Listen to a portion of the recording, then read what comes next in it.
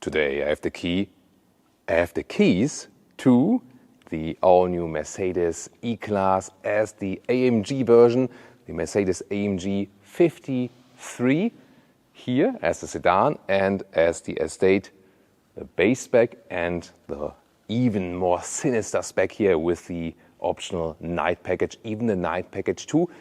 All the details you need to know about the performance and also 4-cylinder or 6-cylinder or 8-cylinder. We're going to find out here with Thomas Nautical Fuel in 4K, full screen, full length. Let's go. Here in the front of the sedan in Opalit White Magno. So it's a matte paint you can very well pet. I always love that petting sound of matte paint. It always also has the advantage when it's raining, then it kind of cleans itself. Then again, if you get small scratches, you can't really polish it. That's the disadvantage. Then here, the front grille, you can see here, standard in illumination. It's available for the E-Class in general, standard then here for the AMG model. Vertical fins, really strong styling. And you have two night packages. In the first one, the lower part here is in all black. In the second one, you also have these dark chrome elements. You basically have a chrome delete. That's how Tesla is calling it. And then you have these dark chrome also here around the grille, for example. Headlamps here with the digital light. It's the most elaborated light that Mercedes is offering at this moment. And when we take a look here in the front, this is also in the blacked out AMG logo on top of the hood. And we can see these power dome lines for the really strong accentuation on the front hood. Also, you can see already here wider wheel arches, also a wider track in general, both front and in the rear, to give you more performance on the road and also for a stronger sense. Wheels would start 19-inch, optional 20-inch. Soon you're going to see that with the estate model. And this is here the top wheel, 21-inch forged, also with the red brake calipers. The brakes are, of course, bigger as well for better performance. And you have the design element right here. It says turbo hybrid. What's that supposed to mean? We're going to find out very soon. Here we can also get carbon fiber for the side mirror caps and blacked out frames. This is here then the typical sedan style. And look at that really strong design line right there. 4.95 meters or 195 inches is the length. That's the same with the normal E-Class. If we come around the rear right there, first of all, I leave the light out that you can see the light signature, which is forming these Mercedes stars here in the rear. That looks really beautiful. Once again, in this night package 2, this top part here is also dark chromed out. And now I'll give you some light. Wait a minute. There we go. Then we can see the rear a little bit better. And here also in the lower part, we can see the round tips, but these are just the design tips. The real exhaust is on the inside, and that means a job for the Autogefühl fake exhaust police. Yeah, if we really look closer in there. And that the exhaust tips are also in the dark chrome. This is already with the AMG Night Package 1. So yeah, it's really hard to differentiate what comes with the Night Pack 1 and 2. So either scroll back or check the price list for half an hour. Turning indicator check in the front. Really wide and visible. Pretty cool, right? In the rear, well, maybe not as cool as in the front, isn't it? This is now very interesting. First of all, this is Alpine Grey. It's also one of my favorite colors. It just looks really cool, both on normal Mercedes models and also on the AMG performance models. And this is, so to speak, also then the base trim. Here, the vertical fins once again, but then we have chrome around the frame. So this is a somewhat like elegant, sporty look, whereas with the double night package, we have the all sinister look. And you can see that also in the lower part, we have the chrome accentuations. So which one do you like better? Are you more team chrome or team black? Tell me in the comments. Then towards the side profile, these here are the 20-inch wheels, so just one option step. But I think already gives you a great look. You always think about when you go too big from the wheel, it also reduces the comfort. Talking about comfort, you get adaptive suspension as standard. And this one here is the estate, obviously, as you see, so the so-called T-Modell. Listen and repeat, T-Modell. That's how we call the Mercedes estates in German. And you still have a very sporty look, although it's then the Combi. Yeah, that's the estate, wagon, estate we say in UK, wagon in North America, Combi, that's the German word.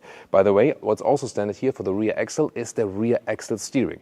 And up to a threshold of 100 kilometers an hour or 60 miles an hour, it turns in the opposite direction up to 2.5 degrees. That's not too much, yet at the same time, when parking in and out, it's helpful, and it also gives you more agility, you know, especially at the lower speeds. Towards the rear, the estate has the same tail lamps, but it's a little bit different here from the structure. Of course, the sedan looks more, let's say, typical AMG. But I mean, there has been AMG estates also over the decades, and they also have their own fan group, definitely. E53 logo has this red background. And here in the lower part, we can see the exhaust tips have these chrome tips then. So unlike with the double night package where it's all blacked out. So whereas I am more team chrome and bright, Leah is always team dark and black styling and so on. Yeah, she definitely loves all the black and sinister elements and black wheels and stuff. So I see, that might get expensive for me. Oh, she's going to drive away now? Prepare for information and a lot of performance figures coming up right now. There we go. This is the AMG engine, and also here additional rigidity measures here for the chassis rigidity. Already here, this dome strut in the front, more over the vehicle. This is then the centerpiece. And no, it's not a four-cylinder. Yeah, that's the most important aspect of this video already. Okay. Now we can continue. It's a 3-liter inline 6-cylinder, turbocharged, twin scroll, so not two turbos, but one, but twin scroll. And it is also a plug-in hybrid. So you also have electric power in the system, all-wheel drive, always with a rear-wheel bias.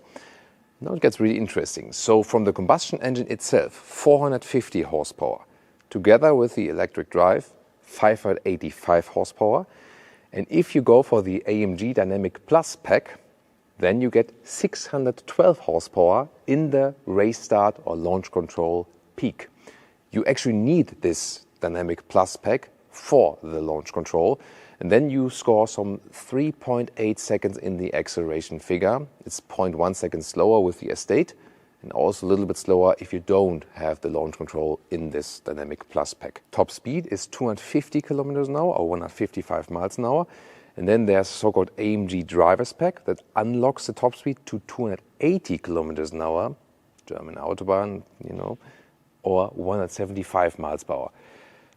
But honestly, also for a performance car, 250 kilometers an hour is definitely more than enough.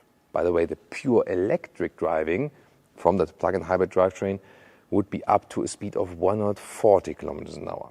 And what about that battery? So with the C63, for example, or the GLC 63, and also the AMG GT 4-door plug-in hybrid concept, that was this, you know, performance plug-in hybrid concept.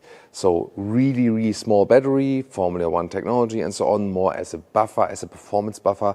To me, that didn't make too much sense, you know, and it didn't have the full horsepower performance available at all times and so on. Here they go with a different strategy, more like a normal plug-in hybrid as Mercedes. So you have 21 kilowatt hours net battery.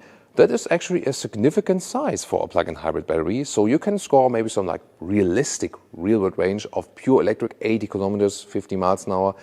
So for example, you don't wake up your neighbors in the morning.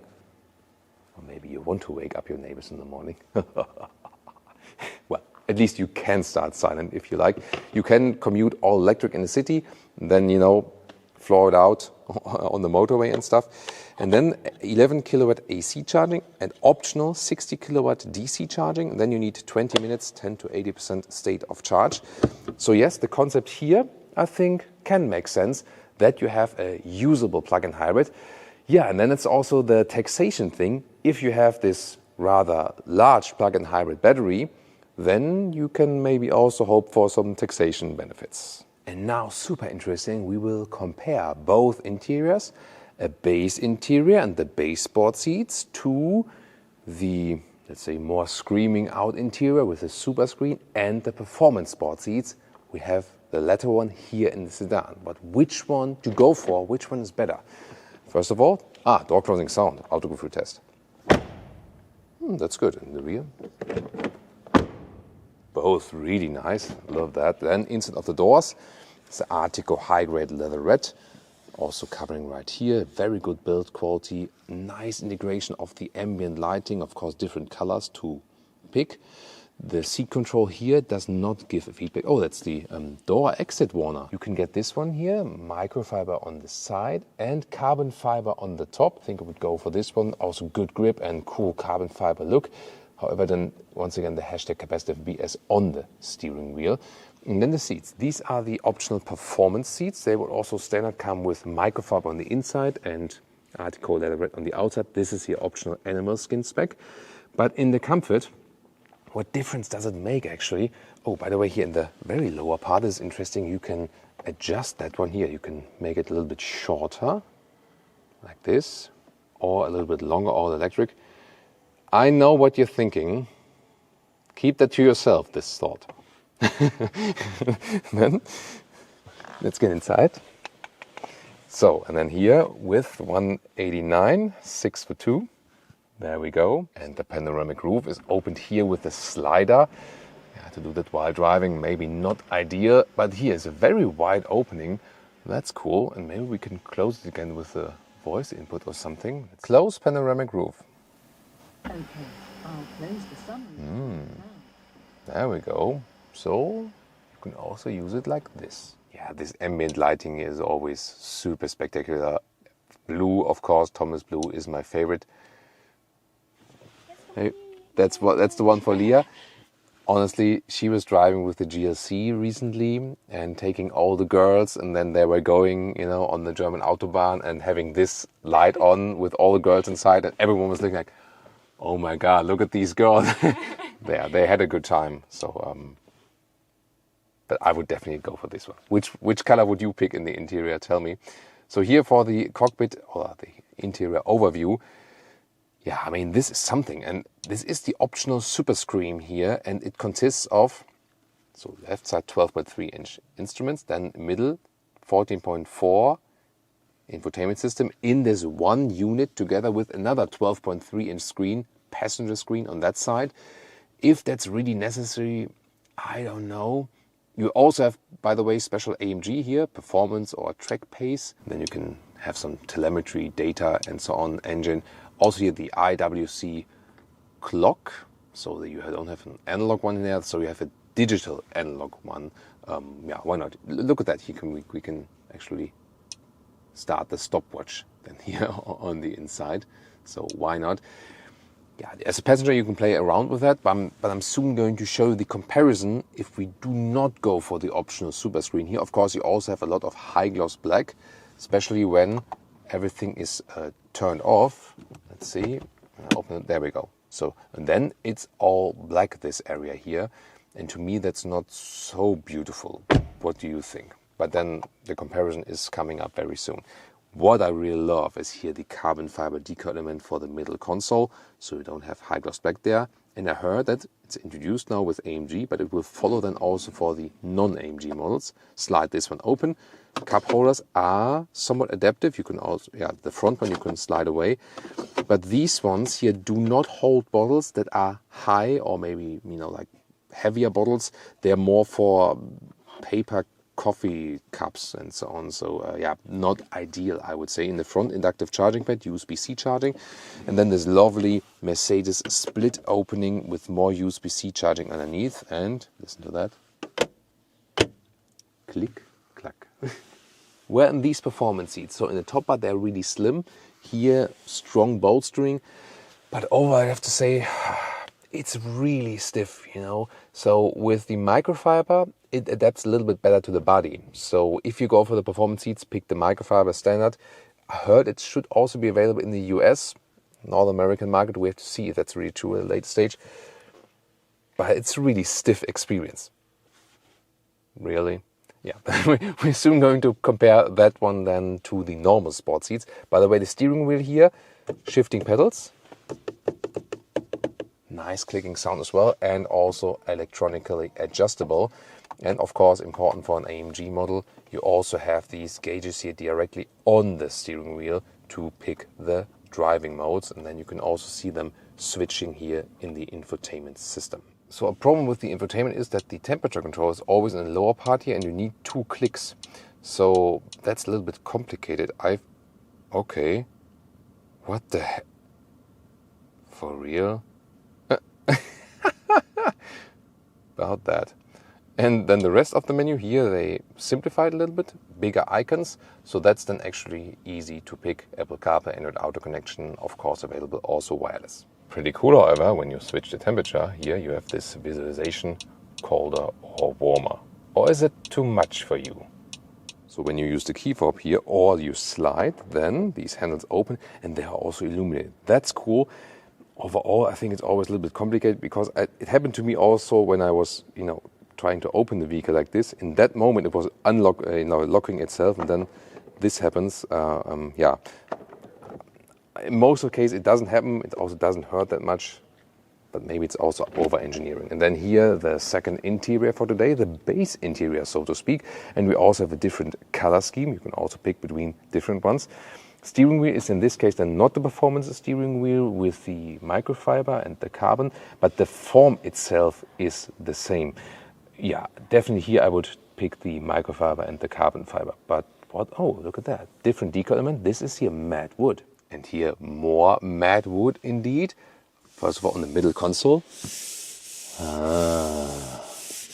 Like the matte paint on the outside, but even better here with the open cell atmosphere. See you in 5 minutes. I'm busy, sorry. And this is also the base setup here. You still get 14.4-inch screen on the middle part. Yes, you have these bezels in, but then you have a great decor element and not that passenger screen. And I think that looks so much better, doesn't it? Or am I the only one? Tell me in the comments. And you also have the Illuminated AMG badge here. And when I give some shadow here, so in the dark, you can see that there's even something shining behind. And then we have the normal sport seats. So they are not that performance seats alike. You can also adjust the head restraint here in the top part. They are a little bit softer, definitely, also from the Einsitzhöhe. Listen and repeat. Einsitzhöhe, that's like the height of the bolster underneath the cover.